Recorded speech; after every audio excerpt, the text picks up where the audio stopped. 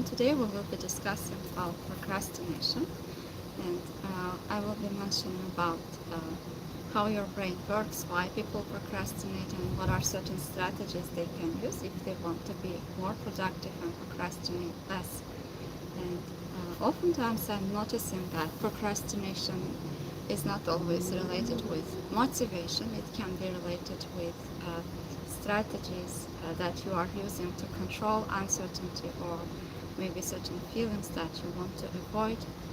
And maybe you have a mind that won't switch off, you are overthinking, and while overthinking you are losing a lot of your energy, time, and it makes difficult for you to do certain tasks or to go with time management. Maybe you overthink everything, you delay things you know that matter, and you feel anxious even when you are doing well.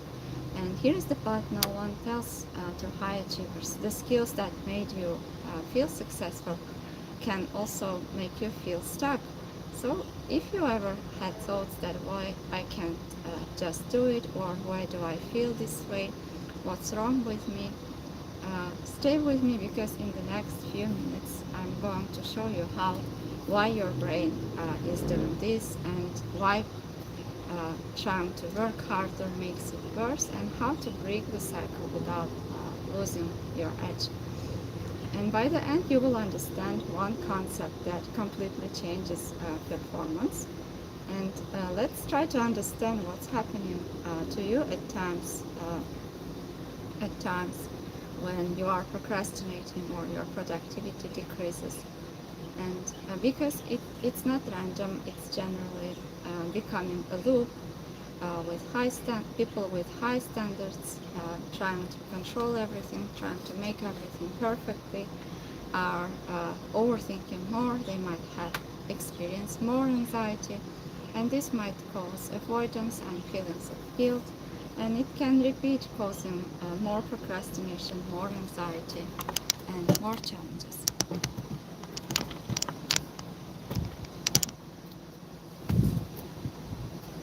So sometimes procrastination can be caused by planning more, thinking more, waiting for the right moment, and this might feel productive, but it's not. And what I'm about to say might change how you see your mind forever, and this might also completely change the way you approach your mind, your thoughts, your feelings, because your brain is not trying to make you successful, it's just trying to keep you safe. And your brain is wired for survival, not for performance. It's not trying to keep you calm, it's not trying to make you successful. So when anything feels uncertain, your brain treats it like a threat. That's why you think, what if I fail? What if they judge me? What if I can't handle? And then comes overthinking. You start to overthink, and the more you try to control these thoughts, the stronger they become. And trying to avoid discomfort actually increases it. So how your brain has a threat detection system. When something uncertain is happening, like speaking in public, starting a task, being judged, your brain doesn't see it as just uncomfortable. It interprets it as a potential danger. And this activates amygdala, your brain's alarm system. And amygdala sends signals like pay attention, something could go wrong, prepare for threat, and this triggers the stress response. Once amygdala fires, cortisol, stress hormone increases, adrenaline increases, and heart rate increases, and your brain shifts to survival mode. And in survival mode, your brain prioritizes safety, avoidance, control, not growth or performance. And now your thinking brain, prefrontal cortex, tries to help you, and it says, let me solve this, let's try to control this, let me predict everything, let me prevent failure. So as I said, all of these strategies are done in order to try to keep you safe, and to try to keep you away from threat. So you start to think, you start to overthink in order to decrease stress levels. You are trying to solve the problem, and you are thinking, what if I fail? What if they judge me? What if I can't handle? And This is not irrational, this is your brain trying to protect you. So why trying to control thoughts make it worse? So maybe at this point you don't want to feel, you don't want to think, uh, you don't want to consider this situation, and maybe you realize that uh, this is not being productive for you, this is not being useful for you, and you are trying not to think about certain things.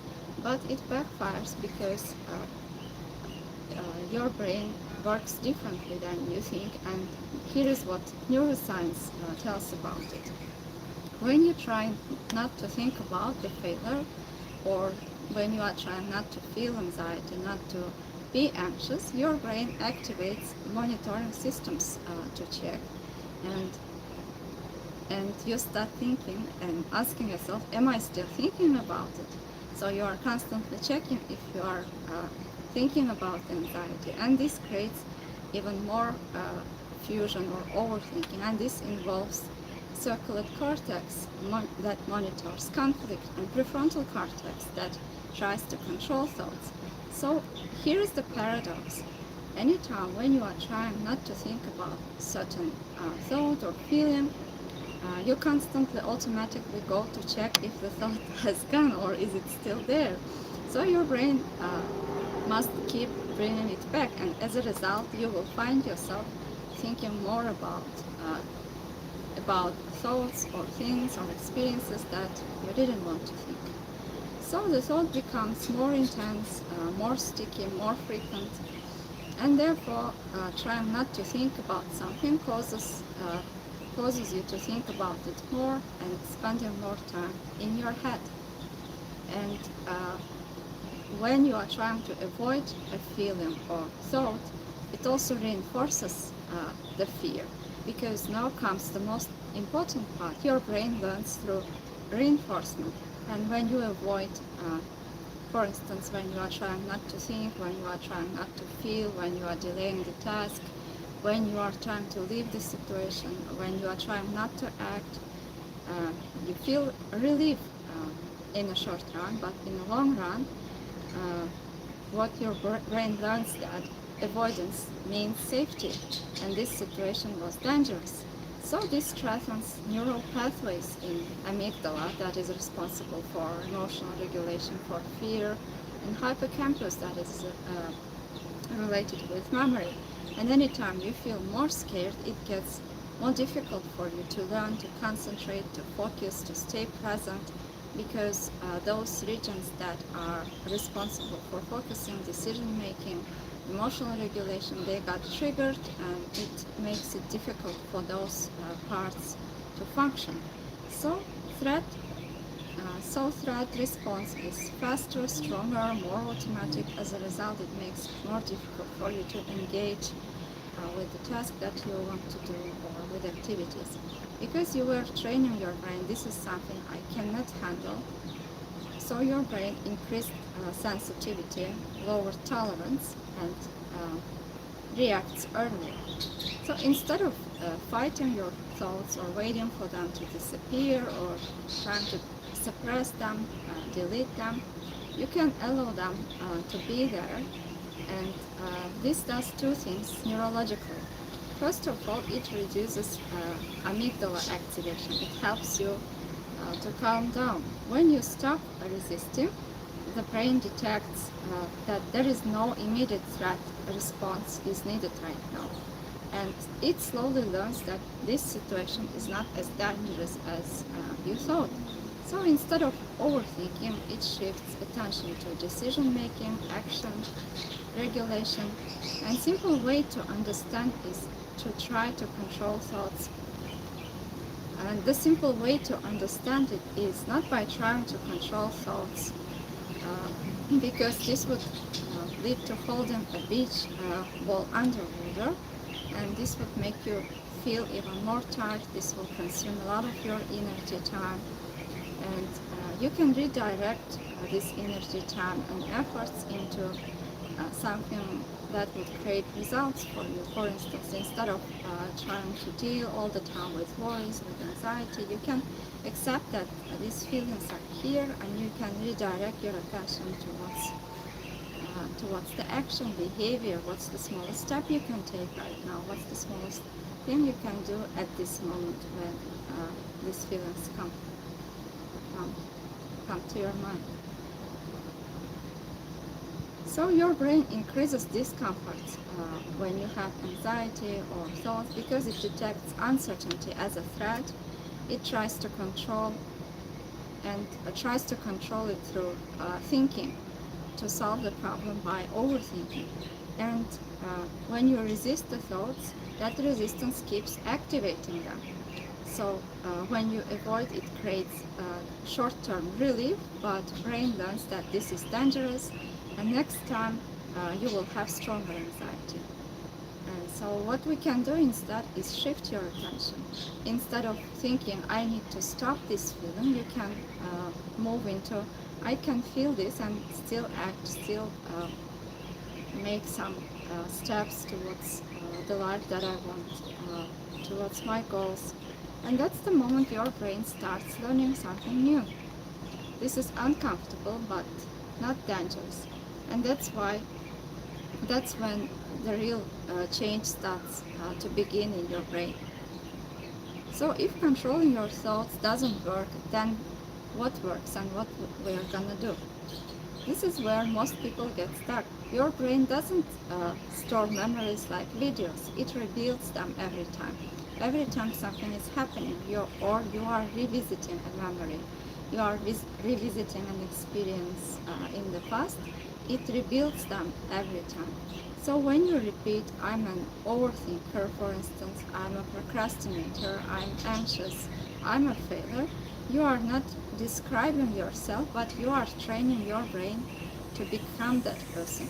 So that's why it's important to pay attention to our beliefs that we have about ourselves and to notice thoughts. And anytime you notice that you are criticizing yourself, you can redirect your attention towards the person whom you want to be, because what you direct your attention to eventually becomes your reality. It's more likely to become your reality because you are training your brain to be that person, to be that version of you. So what identity are you rehearsing every day? And if, for instance, you were not procrastinating, if you were being more productive, which version of you would like to see? What's your goal? Who do you want to be? And again, when these triggers occur, such as feelings, thoughts, or flashbacks, or mental events that are causing you to procrastinate, and when you notice overthinking, instead of fighting with the feelings or thoughts, you can choose to take small steps towards the person whom do you want to become. Therefore, you are not lazy, and procrastination is emotional, not logical. And here is the real cycle. You have a task, then discomfort follows, and it causes avoidance, and there is a relief, but there is a feelings of guilt again, and then it repeats. Therefore, your brain is choosing short-term comfort over long-term growth. And so how do you break it without making yourself tired, without forcing yourself? This is where most advice get it wrong. Instead of asking, how do I stop feeling anxious? And you can ask, what action matters even when I feel anxious? So what are certain things you would like to try, you would like to do even in the presence of uncertainty, or even during the times when you don't know what exactly would happen, even at times when you feel sad, when you feel anxious, when you feel scared.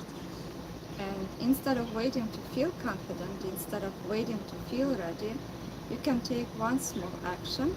You can send the message, start the task, speak up once. And confidence doesn't come from before action. Sometimes motivation and confidence comes with repetition, with trying new things.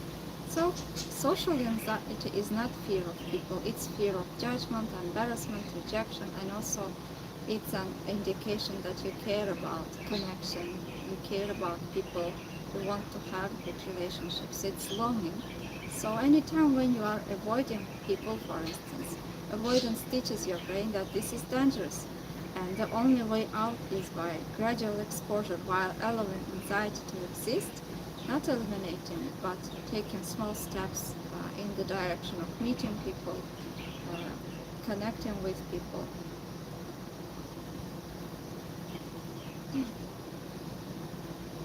So you can act while you are anxious, and you move while there is uncertainty, and you start before ready.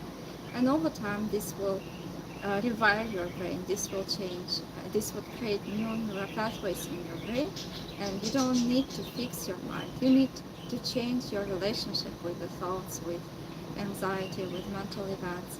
And because right now your mind is leading and you are reacting, but high performance begins where you lead and your mind follows. So anytime when you will notice when your mind says, wait, not now, what if, ask yourself what matters for me right now, and try to do the opposite what your mind tries to tell you. And if this resonated with you, don't forget to subscribe to my channel and share it with the people whom you think this might benefit. And if you have any questions, you can leave your questions in the comments. Take good care of yourself, and see you in the next videos again.